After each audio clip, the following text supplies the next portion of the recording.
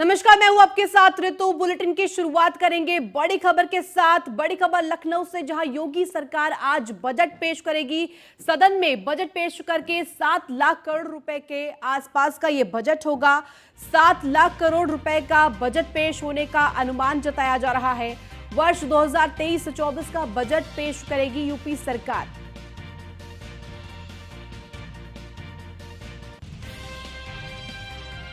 करीब 7 लाख करोड़ रुपए के आसपास का ये बजट होगा, ऐसी संभावना जताई जा रही है। वर्ष 2023-24 का बजट पेश करेगी यूपी सरकार और योगी सरकार आज बजट सदन में पेश करेगी। तमाम मुद्दों को लेकर इसमें जिक्र किया जाएगा। सभी वर्गों को ध्यान में रखकर बजट पेश करेगी योगी सरकार। 7 लाख करोड़ रुपए का बजट पेश होने का अनुमान जताया जा रहा है। वर्ष 2023-24 का ये बजट उत्तर प्रदेश के लिए किस तरह से आम जनता के लिए एक राहत के तौर पर आएगा, क्योंकि काफी उम्मीदें इस बजट से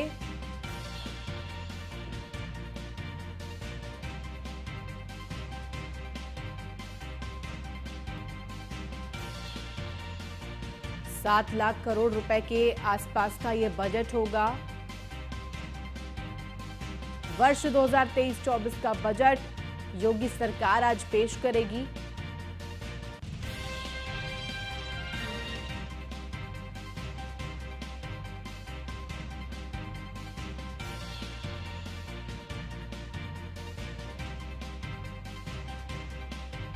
योगी सरकार का ये बजट काफी मायनों में महत्वपूर्ण भी माना जा रहा है, क्योंकि 2024 लोकसभा चुनाव के मद्देनजर इसे चुनावी बजट होने का भी नाम दिया जा रहा है।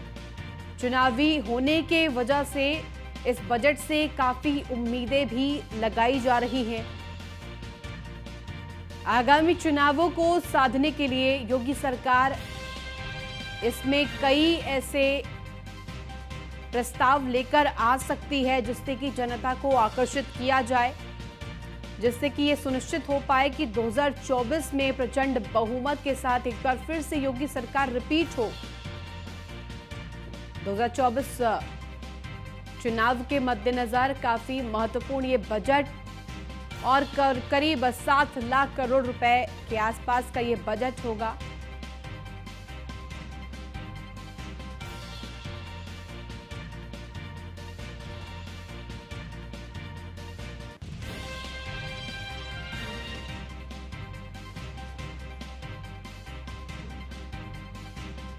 वर्ष 2023 और 24 का बजट आज योगी सरकार पेश करेगी। तमाम मुद्दे, बेरोजगारी, महंगाई, इन सभी पर निगाहें।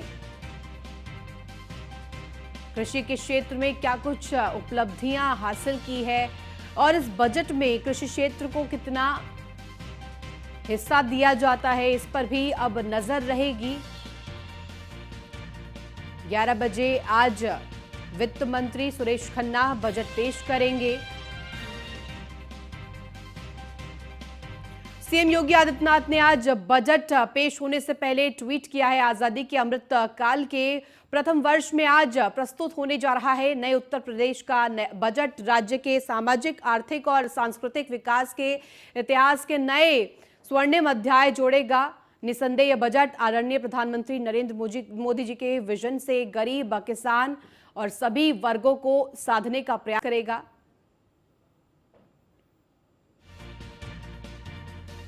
तो जिस तरह से सीएम योगी आदित्यनाथ ने भी बजट पेश होने से पहले ट्वीट कर इसकी बात का जिक्र किया है। वर्ष 2023 और 24, क्योंकि पहले केंद्र का बजट भी पेश हुआ था जिसमें टैक्स में काफी राहत आम जनता को दी गई और खास तौर पर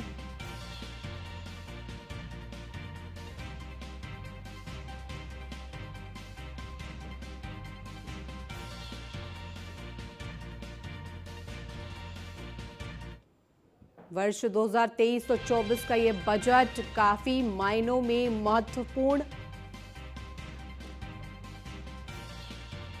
और ये वित्त मंत्री ये तस्वीरें बता रही हैं जिसमें कि वित्त मंत्री सुरेश खन्ना बजट से पहले भगवान को याद कर रहे हैं, पूजन अर्चन कर रहे हैं। तस्वीरें सीधे हम आपको दिखा रहे हैं वित्त मंत्री सुरेश खन्ना की, जहां बजट पेश होने से पहले वित्त मंत्री सुरेश खन्ना ने पूजन अर्चन किया है और ये तस्वीरें सीधे आप तक हम लेकर आए हैं। आज उत्तर प्रदेश वासियों की नजर इस बजट पर रहेगी क्योंकि काफी कयास लगाए आम जनता बैठी है। खासतौर पर बात करें मध्यम वर्ग और मध्यम से भी जो नीचे वर्ग आ रहे हैं, आर्थिक तौर पर जो लोग कमजोर हैं, उन सभी लोगों की नजर बजट पर।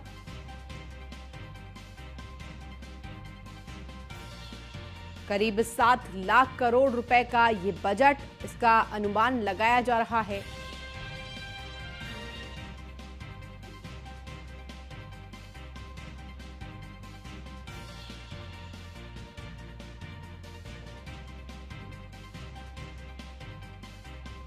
वर्ष 2023 और 24 का ये बजट काफी मायनों में महत्वपूर्ण।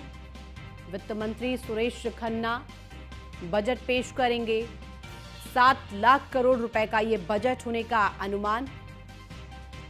सभी वर्गों को ध्यान में रखकर योगी सरकार लगातार इस बजट में तैयारियों को लेकर जुड़ी रही है और इस बजट को चुनावी नाम भी दिया जा रहा है और इसी मद्देनजर ये महत्वपूर्ण भी हो जाता है। योगी सरकार आज बजट संयुक्त सत्र में पेश करेगी।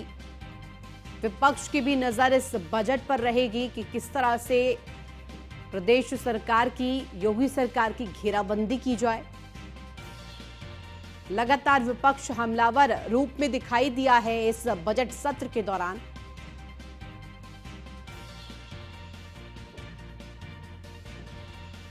और देखा गया था कि बीते दिनों केंद्र का भी बजट पेश हुआ था जिसे अमृतकाल का बजट कहा गया था। सीएम योगी आदित्यनाथ ने भी बजट पर ट्वीट किया है। आजादी के अमृतकाल का ये प्रथम वर्ष ये जिक्र करते हुए नए उत्तर प्रदेश का जिक्र किया है। बजट राज्य के सामाजिक, आर्थिक और सांस्कृतिक विकास में नए पैगाम लेकर आएगा, नए आयाम लेकर आएगा। ये बात उन्होंने अपने ट्वीट के जरिए भी कही है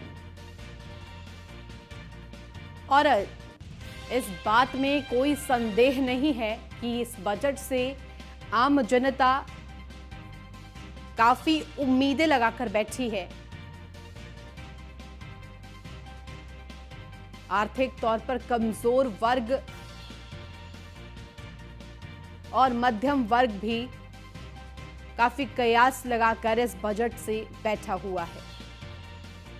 आज सभी उत्तर प्रदेश वासियों की नजर योगी सरकार के इस बजट पर होगी।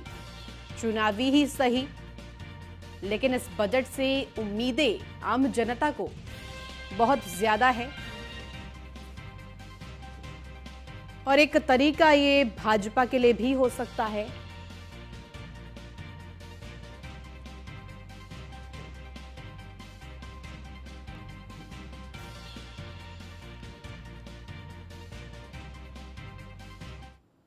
और हमारे साथ इकोनॉमिस्ट अखिल स्वामी जुड़ गए हैं। आपका बहुत बहुत स्वागत है न्यूज़ वन इंडिया पर अखिल जी। और जिस तरह से तमाम कयास बजट को लेकर लगाए जा रहे हैं, क्या माना जाए कि कितनी बड़ी सौगात के तौर पर योगी सरकार ये बजट पेश करेगी? क्योंकि आपके इकोनॉमिक्स में महत्वपूर्ण पकड़ है, आप समझ पा रहे होंगे, क्योंकि चुनावी ही सही आम जनता काफी कयास लगाकर बैठी है इस बजट से।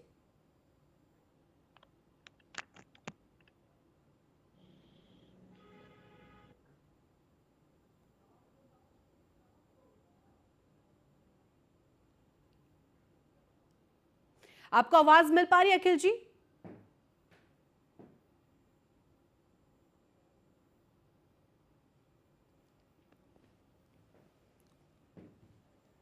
और ये बड़ी खबर इसलिए भी हो जाती है क्योंकि तमाम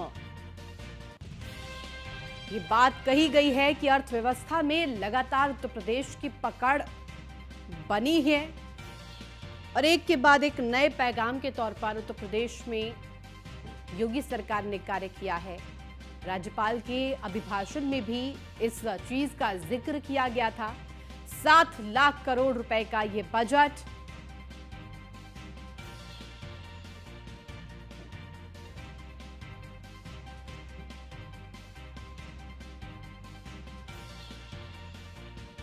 ₹7 लाख करोड़ के आसपास का ये बजट होगा, ये संभावना जताई जा रही है। वर्ष 2023 और 24 का ये बजट काफी महत्वपूर्ण।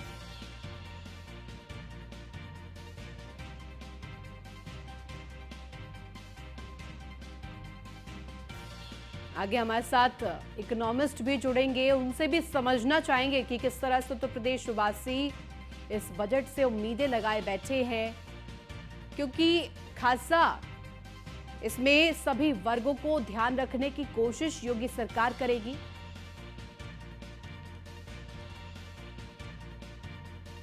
चलिए रुकेंगे एक छोटे से ब्रेक के लिए। ब्रेक के बाद जल्द हाजिर होते हैं। ब्रेक के बाद आपका स्वागत है, आगे बढ़ेंगे। योगी सरकार आज बजट सदन में पेश करेगी और इसके साथ साथ आपको बता दें कि 7 लाख करोड़ रुपए के आसपास का यह बजट होगा। 7 लाख करोड़ रुपए का बजट पेश होने वाला है और इसका अनुमान जताया जा रहा है। वर्ष 2023-24 का बजट पेश करेगी योगी सरकार। और अब क्योंकि तैयारियां पूरी हो गई है, उम्मीदों का बजट इसे कहा जा रहा है। लगातार इसके कयास भी लगाए जा रहे हैं कि सभी वर्गों को ध्यान में रखकर यह बजट बनाया गया है। वित्त मंत्री सुरेश खन्ना आज बजट पेश करेंगे। क्या कुछ उसमें शामिल होगा, यह काफी महत्वपूर्ण हो जाता है लोकसभा चुनाव के मद्देनजर, 2024 के मद्देनजर। सीएम योगी आदित्यनाथ ने भी आज ट्वीट कर इसकी जानकारी साझा की है और आज सुबह 11 बजे शुरू होगी, सदन में बजट पेश करने का सिलसिला शुरू हो जाएगा। उम्मीदों का बजट इसे नाम दिया गया है और उत्तर प्रदेश वासियों के लिए यह बजट काफी महत्वपूर्ण। यूपी विधानसभा की कार्यवाही सुबह 11 बजे शुरू हो जाएगी और वित्त मंत्री सुरेश खन्ना 11 बजे बजट पेश करना शुरू करेंगे।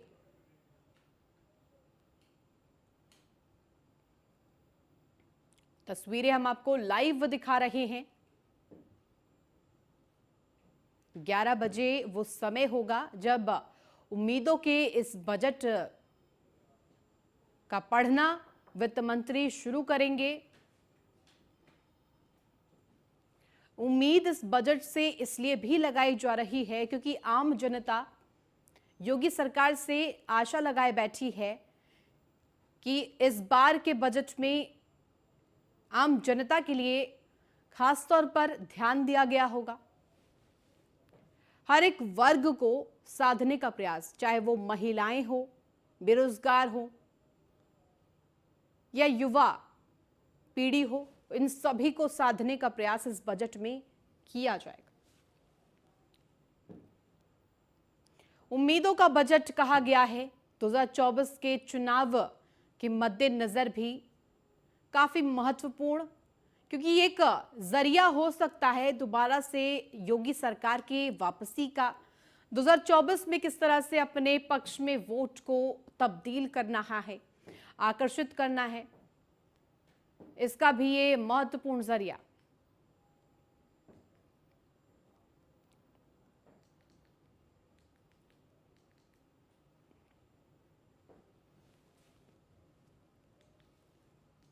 वित्त मंत्री सुरेश खन्ना 11 बजे सदन में आज बजट पेश करेंगे। यूपी का बजट उम्मीदों का बजट कहा गया है।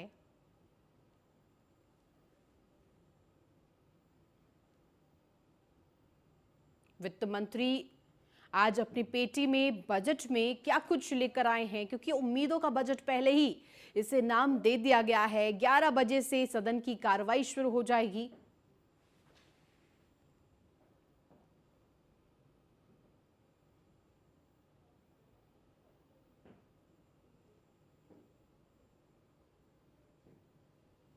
नए उत्तर प्रदेश का बजट राज्य के विकास के लिए काफी महत्वपूर्ण भी हो जाता है, क्योंकि हर एक पहलू पे अगर हम देखें यूपी का बजट इतिहास रचता रहा है।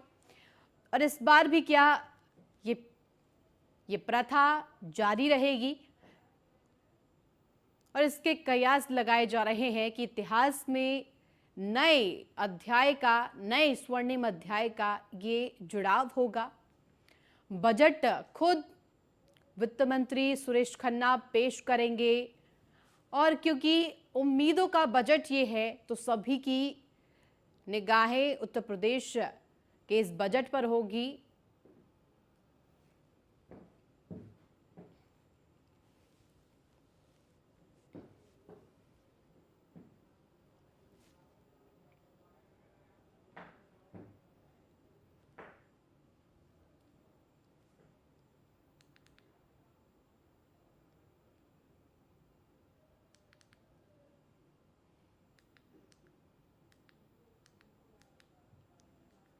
और उम्मीदों के इस बजट से तमाम कयास लगाए जा रहे हैं कि उत्तर प्रदेश के इस बजट में आखिर उन्हें मिलने वाला क्या है। आम जनता, मध्यम वर्ग, आर्थिक तौर पर कमजोर वर्ग, उन सभी के लिए क्या कुछ वित्त मंत्री अपनी पेटी में लेकर आए हैं। योगी सरकार का मेगा बजट 2.0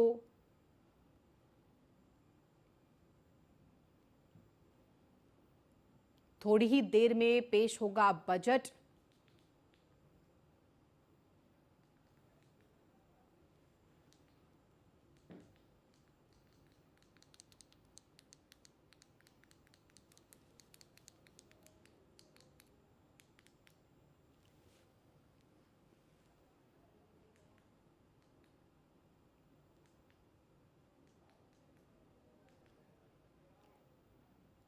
हमारे साथ जुड़ेंगे मेहमान जिनसे हम डिस्कस करेंगे कि आखिर इस बजट में क्या कुछ खास होने वाला है। हमारे साथ अर्थशास्त्री जुड़ेंगे अखिल स्वामी, दीपक सोनकर बीजेपी के प्रवक्ता हमारे साथ जुड़ेंगे, कपिल श्रीवास्तव सपा के प्रवक्ता हमारे साथ जुड़ेंगे। बहुत बहुत स्वागत है आप तमाम लोगों का न्यूज वन इंडिया पर। सबसे पहले अखिल स्वामी मैं आपका रुख करना चाहूंगी क्योंकि अर्थशास्त्री के तौर पर आपकी उत्तर प्रदेश की इकोनॉमी में खासा समझ है, क्योंकि आज यूपी का बजट पेश होने वाला है। उम्मीदों का बजट इसको नाम दिया गया है। क्या माने इस बार वित्त मंत्री के पेटी से इस बजट के जरिए क्या कुछ निकलने वाला है? देखिए, जो निकलने वाला है वो तो मुझे नहीं पता, लेकिन क्या निकलना चाहिए ये मैं अर्ज करता हूं। देखिए, वास्तविकता में बजट ऐसा होना चाहिए, चाहे भारत सरकार का हो चाहे उत्तर प्रदेश सरकार का हो, कि वो सर्वजन हिताय बहुजन सिखाए हो, सबको सुख मिले। और सुख किसको मिले? जो कमजोर है, जो निर्धन है, जो अक्षम है, उसको सहायता मिलनी चाहिए बजट के माध्यम से। उन लोगों को लाभ मिलना चाहिए। और जो अल्ट्रा रिच हैं, जो बहुत ज्यादा अमीर हैं, जिनके पास पैसे के अपरंपार भंडार हैं और बड़ी बड़ी कोठियों में और उसमें रहते हैं, उनपे टैक्स लगना चाहिए, उनसे पैसा लिया जाना चाहिए, या उनके टैक्स को कलेक्ट करके उन लोगों को देना चाहिए जिनको उसकी आवश्यकता है। क्योंकि भारतवर्ष में या उत्तर प्रदेश में जो भी जनता है, ये उसका अधिकार है कि उसकी मूलभूत आवश्यकताएं जो हैं वो पूर्ण हों। दूसरी बात मैं ये कहना चाहूंगा कि जो इंफ्रास्ट्रक्चर की हम लोग बात करते हैं, तो इंफ्रास्ट्रक्चर कैसा हो? इंफ्रास्ट्रक्चर रूरल इंफ्रास्ट्रक्चर हो, रूरल इंफ्रास्ट्रक्चर हो और आइडल विलेज, आदर्श गांव बने। अगर आदर्श गांव बनेंगे और वहां इंफ्रास्ट्रक्चर बनेगा, अगर वहां कोल्ड स्टोरेजेस बनेंगे, अगर वहां कोल्ड चेन्स बनेंगी और कृषि उत्पादन के लाभ उनको मिलेंगे, फूड प्रोसेसिंग यूनिट्स वहां लगेंगी, तो ये जो पलायन हो रहा है गांव से शहर की ओर, ये रुकेगा और शहर भी लाभान्वित होंगे, क्योंकि वहां अर्बन स्लम्स नहीं बनेंगे। तो जो विकास होना चाहिए वो समग्रित विकास होना चाहिए, वो इंटीग्रेटेड डेवलपमेंट होना चाहिए। ऐसा डेवलपमेंट होना चाहिए कि जो पिछड़े हुए क्षेत्र हैं या पिछड़े हुए ऐसे समुदाय हैं जिनको लाभ नहीं मिल पाता है, उनको लाभ मिले, जिससे समाज के अंदर समरसता पैदा हो, समाज के अंदर विद्वेष और भेद न पैदा हो। ऐसा बजट जिससे कि रूरल इंफ्रास्ट्रक्चर बने, गांव के स्कूल अच्छे बने, वहां बच्चों को पढ़ने की सुविधाएं मिलें, चिकित्सा सुविधाएं मिलें, जिससे कि वो शहर की तरफ उनको छोटी छोटी बीमारियों के लिए ना भागना पड़े। मैं तो ऐसे बजट की कल्पना करता हूं। ठीक है अखिल जी, हमारे साथ बीजेपी के प्रवक्ता भी जुड़े हुए हैं, दीपक सोनकर, आपका रुख करना चाहूंगी। दीपक जी, जिस तरह से आज आपकी सरकार बजट पेश करने वाली है, सबसे पहला सवाल आपसे ही पूछना चाह रही थी, लेकिन मैं अर्थशास्त्री से पहले राय लेना चाहती थी, इसलिए मैं अखिल स्वामी के पास गई। अब आपसे समझना चाहूंगी, आपने अखिल स्वामी जी को सुना होगा, उन्होंने कहा कि हर वर्ग को साधने का प्रयास सरकार का रहना चाहिए। और आज क्योंकि योगी सरकार का ये मेगा बजट होने वाला है, तो क्या माने योगी सरकार के इस बजट से आम जनता कितनी उम्मीदें लगाकर बैठे?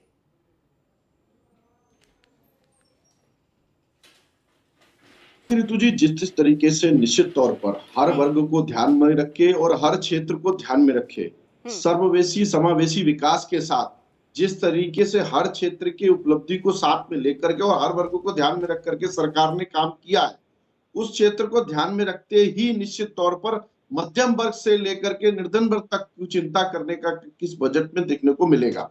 मैं तो महत्वपूर्ण बात यह कहता हूं कि जिस तरीके से चाहे वो शिक्षा क्षेत्र की बात हो, चाहे वो स्वास्थ्य क्षेत्र की बात हो, चाहे वो सड़क और सेतुओं की क्षेत्र की बात हो, चाहे वो चिकित्सक शिक्षा क्षेत्र की बात हो, तो अलग अलग क्षेत्रों में भी लगातार हर क्षेत्र को, जैसे उद्योग जो क्षेत्र में बढ़ाने के लिए हर एक क्षेत्र के बजट के निर्माण के लिए ये बजट तैयार किया गया। और जैसे ही मंशा उत्तर प्रदेश सरकार में देखने को मिली है, 2017 के बाद से जिस तरीके से विकास के एक पायदान पर खड़े होने का काम किया है, उत्तर प्रदेश के मुख्यमंत्री योगी आदित्यनाथ जी के नेतृत्व में जनता के अंतिम पायदान पर खड़े हुए व्यक्ति तक विकास की योजना से जोड़ने का काम किया है, तो उसी आधार पर लगातार हम कैसे मध्यम वर्ग की चिंता, निर्धन वर्ग की चिंता और हर वर्ग की चिंता के साथ और हर क्षेत्र के चिंता के साथ कैसे बढ़े, उस आधार के साथ ये बजट आने वाला है। मुझे लगता है कि जिस तरीके से जो मूलभूत सुविधाएं हैं, जो व्यक्ति की मूलभूत सुविधाएं, उन मूलभूत सुविधाओं को भी ध्यान में रखते हुए जो उसकी रोजमर्रा की जरूरतें हैं, उस रोजमर्रा की जरूरतों को भी ध्यान में रखते हुए निश्चित तौर पर हर हित के लिए, हर चिंता के लिए और हर वर्ग की चिंता के लिए बजट आने वाला। बिल्कुल दीपक जी, और हमारे साथ सपा का पक्ष रखने के लिए कपीश श्रीवास्तव भी जुड़े हुए हैं। कपीश जी, आपका रुख करना चाहूंगी क्योंकि विपक्ष की भी महत्वपूर्ण राय इसमें मानी जानी चाहिए, विपक्ष का भी मन जानना जरूरी है। आखिर विपक्ष किस तरह से इस बार बजट को ले रही है? क्या आप मुद्दे उठाने वाले हैं बजट के बाद? सबसे पहले, क्योंकि बजट पेश होने से पहले ही सपा आक्रामक रूप में दिखाई दी है, सपा हंगामा करती हुई दिखाई दी है तमाम मुद्दों पर, क्या माने सपा का पक्ष क्या है इस बजट को लेकर? देखिए, फिलहाल जब तक बजट पेश नहीं होता है तो वर्तमान बजट पे तो कोई चर्चा हो नहीं सकती। बिल्कुल। लेकिन इतिहास की अगर बात करें तो भारतीय जनता पार्टी ने आंकड़ों के हेर फेर में पूरे प्रदेश को लूट लिया। क्योंकि जब भी हम लोग ने विधानसभा सत्र के अंदर इस बात की मांग की कि आपने जो भी इन्वेस्टर सबमिट कराया है वो भौतिक सत्यापन करा दें, कि वो कहां पर तैयार हो गया, कितने लोगों को रोजगार दे रहा है और कितना राजस्व उससे बढ़ा। दूसरा, हमने ये कहा कि बेरोजगारी में आपने रोजगार के आंकड़े दिए थे कि 5 लाख सर्विसेज सरकारी आप हर वर्ष देंगे और 70 लाख आप जो है वो रोजगार और अन्य प्राइवेट क्षेत्रों में नौकरी देंगे। तो उस हिसाब से 6 गुना आप कर रहे हैं। और हम लोगों ने यही कहा कि एक श्वेत पत्र दे दें कि कितनी आपने सरकारी नौकरियां लाई। तो ये तो सत्र ही 3 दिन 4 दिन 5 दिन का लाते हैं, वो आहूत करा देते हैं। हम लोगों ने ये बात कही कि भाई आपने वादा किया था कि 2022 में ही आप किसानों की आय दुगना कर देंगे। तो ये हम लोग जानना चाहते थे कि आपने क्या किसान की आय निकाली थी जिसको आपने दुगना कर दिया, क्योंकि लागत मूल्य जो है आपने चौगुना किया है।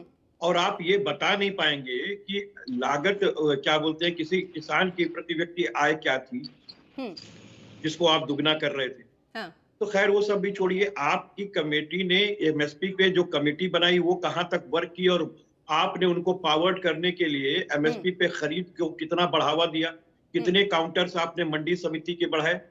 क्योंकि देखिए, देश आज भी हमारा कृषि प्रधान है। और ऋतु जी, इस बात को समझना चाहिए कि कोरोना काल के अंदर जब सरकार के आदेश पर सारे उद्योग धंधे बंद हो गए तो सरकार किस पर आधारित थी? इसी किसानों पर। और इन्हीं किसानों ने देश की -23 की जीडीपी, जो अद्वितीय काल से आज तक स्वतंत्र भारत के इतिहास में कभी माइनस में नहीं गई थी, उसको भी अप करने का काम सरकार की नहीं बल्कि कृषकों ने किया था मेहनत करके। और 40% की ग्रोथ यानी कि 4% का देश के अंदर इन्होंने जीडीपी में मदद की किसानों ने हमारे। तो आप किसानों को अगर नहीं समझेंगे और सिर्फ अपने चंद पूंजीपति मित्रों के लिए हाँ। आप सबमिट करा करके लाएंगे, फिर चंद पूंजीपतियों पे ही आप सब कुछ न्यौछावर कर देंगे, उससे देश का कल्याण नहीं होता। हाँ, ये जरूर है कि कुछ उद्योगपतियों का कल्याण जरूर हो जाता है, जो आपके मित्र हैं, जो आपके पार्टी फंड में चंदा देने का काम करते हैं। बिल्कुल मैं कपिल इसलिए जी, कह रहा हूं एक कि छोटा सा इस पर इंफ्रास्ट्रक्चर के कमेंट नाम मैं पर दीपक सोनकर का चाहती हूँ, क्योंकि बीजेपी के प्रवक्ता है, उनका पक्ष भी जान लेना जरूरी है। दीपक जी, जिस तरह से आपने आई होप कपिल जी को सुना होगा, उन्होंने कहा कि सरकार हमेशा आंकड़ों की जुगलबंदी में लोगों को, आम जनता को फंसा कर रखती है, लेकिन बजट में इससे बेशक से उम्मीदें हैं और सपा का ये पक्ष है कि पहले वो बजट को सुनेंगे, उसके बाद ही उस पर कुछ टेक लेंगे। भाजपा का इस पर क्या टेक है? देखिए, कपिल जी आदरणीय बड़े भाई हैं हमारे और मैं उनका बहुत सम्मान करता हूं, मगर इस बात को भी समझना पड़ेगा कि जो 2017 में 12 से 17 तक जो परिदृश्य था और जो किसान भाइयों का हाल था, जो किसान भाइयों की बात इन्होंने करी थी, तो किसान भाइयों को कितना भुगतान इन्होंने छोड़ करके गए थे अपनी सरकार में, ये कपिल भाई को भी पता होगा। ये कितना भुगतान 17 के बाद भारतीय जनता पार्टी की सरकार आने के बाद गन्ना किसानों को भुगतान चुकाने का काम किया, और जैसा ही सरकार बनी, सरकार बनते ही गन्ना किसान का मूल्य बढ़ाया गया और दोबारा 2 बार गन्ना किसान का मूल्य बढ़ाने का काम किया, और गन्ना किसानों को ही सम्मान निधि के रूप में उनका सम्मान करने का काम भी देश के प्रधानमंत्री आदरणीय नरेंद्र मोदी जी ने किया। लेकिन और दीपक जी, गरीब वो तो कल्याण कह रहे की हैं चिंता कि अगर एक किसी तरह ने से करी, जिस तरह से भाजपा सरकार पेश करती आई है, जो उनका बात का जो उनकी जो उन्होंने कही बात, उसका सार अगर मैं निकालूं तो वो कह रहे हैं कि आंकड़े पेश करके हमेशा भाजपा ये प्रयास करती है कि किसी तरह से आम जनता को इसी में फंसा कर रखा जाए, और प्रेजेंटेशन पे खासा ध्यान रखती है। प्रेजेंटेशन बेहतर होनी चाहिए, चाहे उसके अंदर कुछ हो या ना हो आम जनता के लिए। तो आप क्या देख रहे हैं इस बार 2024 के चुनाव के मद्देनजर, ये बजट किन मायनों में उम्मीदों के लिए बजट माना जाए?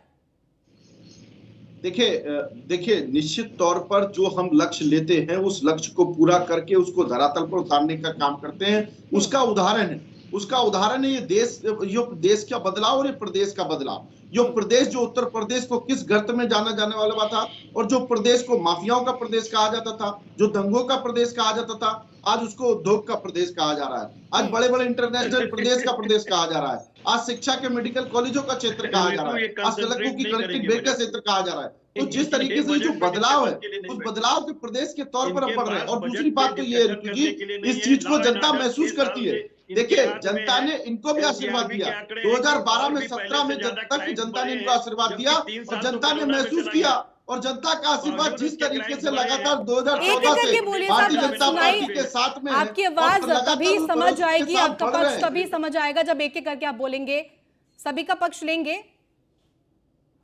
इस बात को समझना पड़ेगा। देखिए, जनता हर बात को महसूस करती है, और ठीक है, जनता ठीक ने है। उसी आधार आप पर दोनों को मैं रोकना चाहूंगी। एक फाइनल कमेंट अर्थशास्त्री से अखिल स्वामी से मैं चाहूंगी। आपने दोनों पैनलिस्ट को सुना, दोनों ने क्या क्या बात कही। एक कह रहे हैं कि आंकड़ों की जुगलबंदी में भाजपा सरकार फंसा कर रखती है, वहीं भाजपा कह रहे हैं कि जब सपा शासन में थी तो सपा ने कुछ नहीं किया, भाजपा बेहतर प्रदर्शन करके आई है, और आगे भी बजट से जिस तरह से उम्मीदें लगाकर आम जनता बैठी है उस पर काम किया जाएगा और आम जनता को इससे फायदा पहुंचेगा। देखिए ऋतु जी, मैं राजनीतिक तो कोई वक्तव्य दूंगा नहीं, लेकिन अगर एक परिवार में 4 बच्चे हों और माँ केवल एक बच्चे को तो बादाम और अखरोट सब खिलाए और 3 बच्चे भूखे मरे, तो वो माँ अच्छी माँ नहीं है। पिछले 3 साल के अंदर जब से कोविड आया है, कुछ लोग ठीक है, आप सब बहुत शुक्रिया आप तमाम सहयोगियों का और आप सभी पैनलिस्ट का हमारे साथ जुड़ने के लिए।